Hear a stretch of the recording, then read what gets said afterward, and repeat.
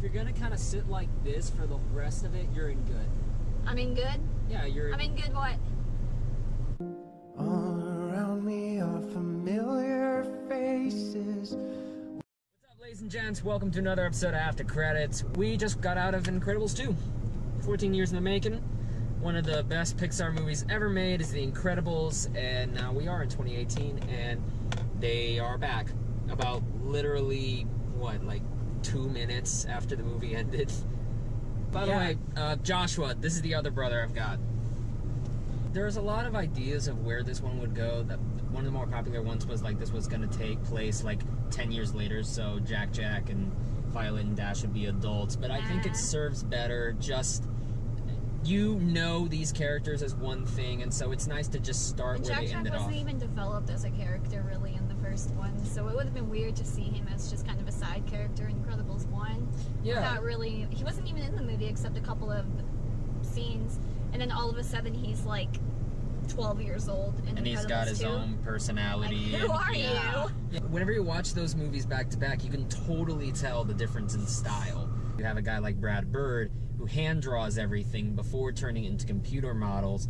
They have their own distinct personality, tone, and with that movie it was more like the golden age of superheroes. So a lot of like super bright colors, warm primary stuff, sort of the designs from like early Superman comics and up until like Fantastic Four era, which, I mean, this movie is pretty much the Fantastic Four movie.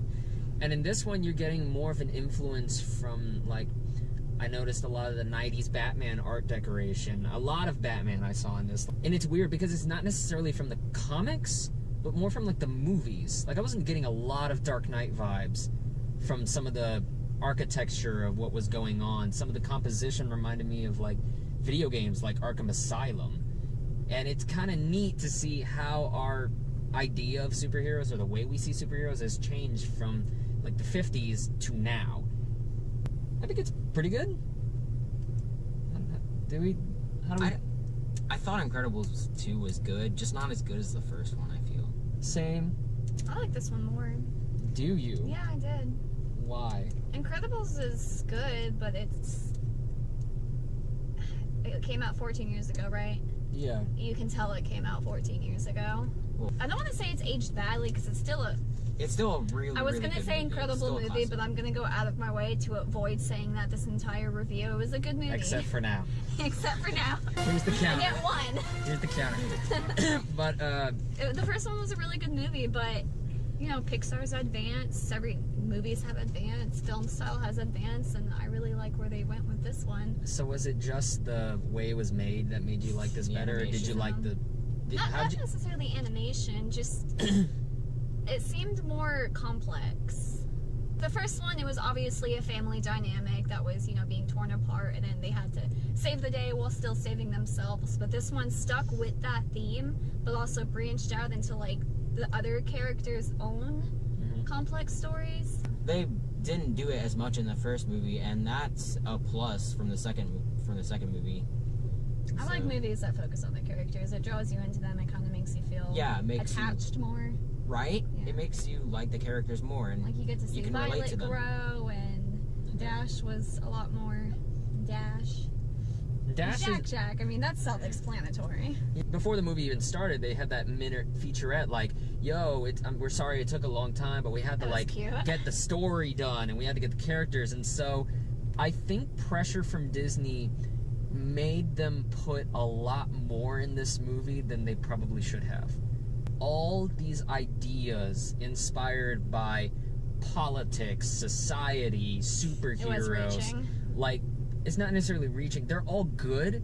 It's just if you maybe would have put a better focus on 1 or 2 or 3 things instead of 4 or 5, you would have had a really great movie as opposed to a pretty damn good movie. What do you mean when you say things, like 4 or 5 things? What things are you referring to? Bob Odenkirk from Better Call Saul and Breaking Bad plays an entrepreneur. He loves superheroes. He has this nostalgia for them. But he kind of wants to lobby the governments to make superheroes legal and working citizens again. Out of hiding. And that's kind of coupled with Mr. Incredible and Elastigirl, because Bob Odenkirk wants Elastigirl to be the face of this new movement.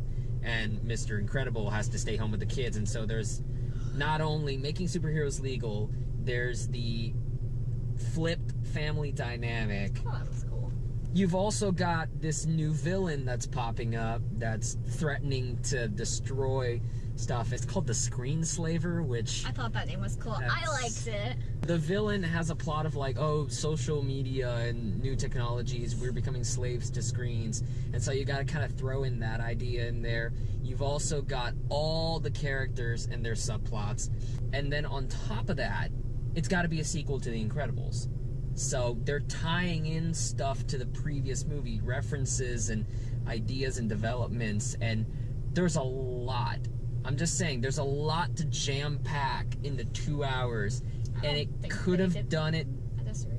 Could have done it better if they would have cut out just a couple of things. You can always do it better. Everything can be done better, but yeah, I know. But I think they balanced it really well, and it didn't seem overwhelming like most movies. Incredibles was a bit like, I think when we watched that earlier today, I left. It got boring. I love that kind of slow. I don't even pace remember of how it. that movie ended until you mentioned earlier. Yeah. I was like, oh, that's clever. Now I get it. Well, see, what I love about the first Incredibles is that it's not a slow pace, but it's a methodical pace. It's not trying to rush everything. Yeah, it's not taking its everything time. has to be fast, you know? Yeah, like I kept mentioning in The Incredibles, they would end scenes with like slow pans out of wide shots, and it would let you really appreciate. Yeah, it had like multiple good transitions in the movie, and Incredibles 2, they just didn't have as much of that. And I think it's because of the speed. Like there's so much kind of going on, and you kind of have to keep the plot moving that you lose a lot of kind of that atmosphere. I think the best ones are the action sequences. Because, like, Or the ones where they all work together, those are cool. They are where cool. they all use their powers to, like, bounce off like of in each other's conjunction. powers to... Or, like, they use each other's powers, like you said, in conjunction with their own powers to make, like, new powers. And that was the almost. fun, that was the most fun that I wanted. I Really told you what I was clever talking about. ways. Yeah, they fit together like a puzzle, and it just looks so brilliant. Maybe I'd like this better when it comes out on DVD and I can read the dialogue, I because... definitely want to watch it on DVD without a 40-year-old housewife getting up every 10 minutes to complain to the Yeah, staff. that was annoying. Like, she'd literally get up for absolutely Who everything. gets up to ask the staff for a refill instead of just pushing their buttons? She straight up got all their cups and walked down the aisle to get a refill. Who does that? I hate to harp on this show because it feels like every episode we have to do this, but I love movies. It's just so We all much do. every time. I hate people. And thank God we're finally getting an Alamo Draft House opening up next to us next week. I'm so excited. I'm so excited to just watch people get kicked out in anger, because it's gonna feel so good. It's like those annoying popular jocks in a class who always interrupt the class, and you just can't get anything done. Like, It's been a while since I've been in school. well, I'm sorry, but it just feels so much like that. Anyway, spoiler alert, we're gonna talk about some spoilers here about The Incredibles 2, so if you don't want to know anything except our final thoughts and scores out of 6 stars, go ahead and scroll to the time code here. Otherwise, you have been warned. I miss Violet's little emo style. Right, I was They about made to... her really girly. Yeah, like... She was so cute. But it comes from the first movie. Yeah, but still, man, I kind of liked emo Violet. She was cute. One of the problems I had with making this movie right after the first one, it felt like some characters had developments that didn't feel like they came right after The Yeah. Incredibles. Like It felt time had passed, but time didn't actually pass. Exactly, like I felt like maybe a year or two after Yeah. would have been nice. But then again, you wouldn't have had Jack being like a really cute baby. Jack was like Yeah, half being Groot. basically Jack is Groot. This is Jack. Jack the is movie. Groot. Was it me, or was the twist of the movie the most like obvious thing you could figure out from Who the the very villain was? beginning? Yeah. Yeah. I mean, okay, anytime you give a girl dark lipstick in a superhero movie, she's gonna be the villain. It's just common sense. I remember she said something like, "Oh yeah, but mom and dad wanted to go to the shed or something." Very first I scene could in the tell mirror. instantly she was the villain. Like then. somebody holds a grudge. That's Yeah. not a line that's Like gonna she go had a motive. without. No one else did. Exactly. I think Catherine Keener's the villain in this, the one from Get Out. Who she was also playing a restrained lady who really had some sinister, messed up, like mind-altering scheme going on. I don't remember who. The mom, the one who had the teacup and Ooh. like sent him in the sunken place. Yeah, that's pretty much what Catherine Keener's plan is in this one, except she's using special glasses in order to hypnotize people and make them see things differently. The movie talks a lot about perception, and I thought some of the smartest parts of this movie was really was smart. like the way Bob Odenkirk would take media perception about superheroes and flip it on a dime. It's basically Fake news. I don't think they addressed fake news. I think they addressed more like you can spin something, you can make people see what you want them to see with media, and it feels like nowadays there's so much polarization. I would say fake news for this movie if they presented something that was like actively false, but like Bob Odenkirk shows, like in the first part of the movie when the Underminer like takes over and he gets away and they've got to stop the drill from going into City Hall, you could look at it and say, oh my god, superheroes are responsible, they're terrible. Or you could show context and flip the perception and show that like, oh, they're saving people. So it's a lot of like what you choose to show, how you show it can really alter and change people's minds. They showed a lot of things I didn't think Pixar could show, like people drinking. I didn't know they could do that. That was interesting to me too. Like that was obviously whiskey in those glasses. Oh, doesn't this movie take place in the 60s? I don't know. Dash was watching Godzilla on TV, and then they also had The Outer Limits and Johnny Quest, so I'm like thinking maybe the 60s, 70s is when this takes place, which also kind of makes it weird that now you've taken that genre, that time period, and put it with like modern CG and different kind of lightings inspired by like movies that are from like 20 or 10 years ago. But one of the things I really like about the first Incredibles is how angular Mr. Incredible's face can be. And it's very chiseled, golden age type design. But in this one with modern CG, like the moments when he's pissed are hilarious. Or where he's like frustrated and like losing his mind. Other defeats. Yeah, I like that sort of... They were really good with the expressions on the characters' faces in this song. That's another thing that I really liked character-wise. I loved it. Like even the most subtle things, like I don't know, Violet being disappointed because a boy didn't remember her. She obviously didn't say, I'm mad at you, you don't know who I am. Yeah. But you could see when she walked away, she was like, well, my life sucks. Okay, is it just me, or does Violet look like 30? Oh, her eyes were a little bit... Her eyes have like this weird sunken shade going on. Yeah, I noticed that too. Yeah. I was like, is she just not getting enough sleep, or is she just like aging? It looked Maybe she's odd. just extra angsty. Beat for beat, they recycle a lot of stuff from The Incredibles, but I like some of the changes they make to it. That also makes it true to the, you know, Incredible story as a whole. Yeah. Like, you don't want to make it a whole new movie. It's still Incredibles. Oh, speaking of what you were talking about drinking, like, they insinuate cursing, like, full-on F-bomb. Crap! Remember when Jack was losing his mind all over when Frozone was at the house? Frozone goes, what the? He's like, what the f... It's in one of the... He didn't say He did, in a second one. See, the what the was in the trailer, but then later in the movie, whenever it goes even crazier, the transition of Frozen go, what the f... And then it cuts. And then before that, there's a part where Mr. Incredible is stressed out, and they have this new house that was rented to them by Bob Odenkirk, and it has like a little pool in the middle and a remote that you can kind of use to design the living room differently. And so what happens is like Mr. Incredible falls inside the pool, and as he falls in, he mouths the word. And I'm like, whoa! Like, Disney, I noticed that. I was just like so Pixar. You wanted this review to be curse-free, but The Incredibles wasn't even. Everybody's names I can kind of understand, like Bob, Helen. His name is Jack, let's be honest. Violet. Dashiell. Dashiell? What in the hell? Not even like Dashiell. It's not even a nickname. It's not even a real name. I'm sorry if your name is Dashiell. Your parents don't love you. The movie started kind of slow for me because I was kind of like trying to get used to this world.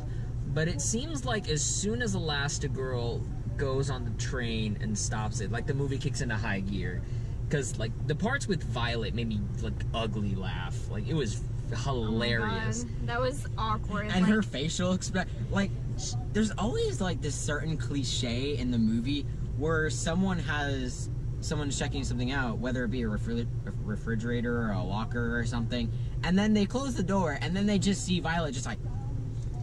But it's like the design of her Like, face. Yes, it's just so humorous. They made her the most accurate, awkward teenager I've ever seen in an animated movie. Oh, Yeah, man. and me being an awkward teenager myself, I can fully confirm that this is so accurate. I like the new powers. I like there's a guy that vomits acid reflux lava, and there's a dude that like crushes things kinetically, and there's like Owlman in this one. Superpower. And the medical electricity condition. guy, you know? Yeah, the Zap guy. Dude, that scene whenever Violet had him in a force field and he ended up electrocuting himself. That was so beautiful. That was cool. Like, it was like... like... That was just a cool visual, like seeing that Yeah. bubble like glow and stuff. And then you've got Jack. Dear God, you want to talk about powers? He can multiply. He can multiply like He the can- guy from He can turn X-Men. into a demon baby as if they're not like, already. Yes. He can Like shoot literal. lasers. Shoot lasers. He's Cyclops. He turns into like A fiery ball of destruction. he turns into Human Torch pretty much. I think he's got electricity, because in that one scene where he sneezed, he has fire, electricity, and lasers. That's true. He does have Apparently he has electricity. rockets from his butt or something. Yeah, Whenever he sneezes, can propel shoots himself. up. Jack turns into like a giant Hulk-style baby and runs through things. And watching all of this play out is so much fun. It's been a long time since we've done one of these.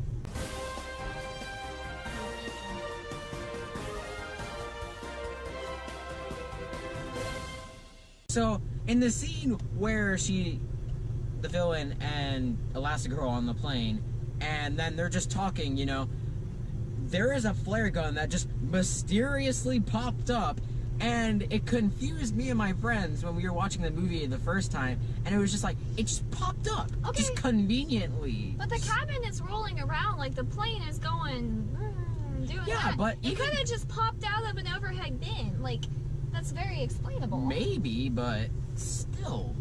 I always just kind of assume that because these are superheroes, because it's a superhero movie, these people are innately good people, even if they aren't always doing good things. But with this movie, Helen is such a good person. Like, she's truly a superhero, and that's in the scene that you were just talking about where she shoots the villain and she falls out of the plane and then goes back and saves her. Yeah, that... But then, whenever the villain is getting into the cop car and the villain says, just because you saved me doesn't make you a good person, or something like that. Doesn't make you right. Doesn't make you right. Just because you saved me doesn't make you right. And she's like, but it makes you alive. Like, that's genuinely a good person. That's a hero. Yeah, that scene reminded me of at the beginning, at the first Incredibles, where there was a dude committing suicide, and then Bob saves him, and then he sues him. Which is He the was most American thing I've Yeah. ever seen. You can have political discourse, but at the end of the day, we respect life. We respect these core values that make us free human And beings. who we are. Like, not separating parents and children. Welcome back. We were talking about Incredibles 2 so long that it got dark outside. And it hasn't rained yet, thank God. So, we're just gonna go into some final thoughts. Scores out of 6 stars. Joshua.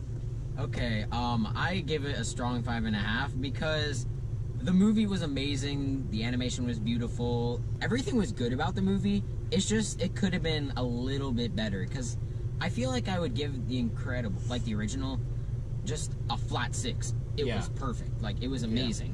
Sammy went to go see this movie as well. She kind of sat in the back because we all got screwed with tickets. We kind of came out the same thing. I'm gonna go 4.5. Because what I like about the movie are the action sequences, which are thrilling, they're well directed, they're inspired by different versions of superheroes, which I very much enjoyed. Like, if you like your 90s Batman, if you like your new Marvel movies, if you like Christopher Nolan's stuff too, even if you like the video games, you'll find a lot of superhero callbacks to find here. I think the movie's a little bit too jumbled and rushed for its own good, but that doesn't mean that the topics it handles are handled poorly. They're handled well, just not great. They took a couple more risks. I liked some, I didn't like some, and maybe it could have been better with some polish, but that didn't ruin my enjoyment of this, unlike the screaming child and the mom who refused to take her out of the movie at all. I'm gonna stick with my 5.5, only because Pixar is notorious for making you feel during movies, and I feel like this movie was lacking in that department. For a movie that's about family dynamic and, you know, coming together as a team, even though everything in the world is trying to tear you apart, it didn't make me feel. Okay. And Pixar's usually really good about that, so I was kind of sad that it was lacking in that department. Everything else, literally everything else about this movie was flawless. That is my only complaint. It was beautiful, the characters were very relatable. I hate my life. Relatable. Keep going. Hashtag relatable. Hashtag relatable. Relatable, believable.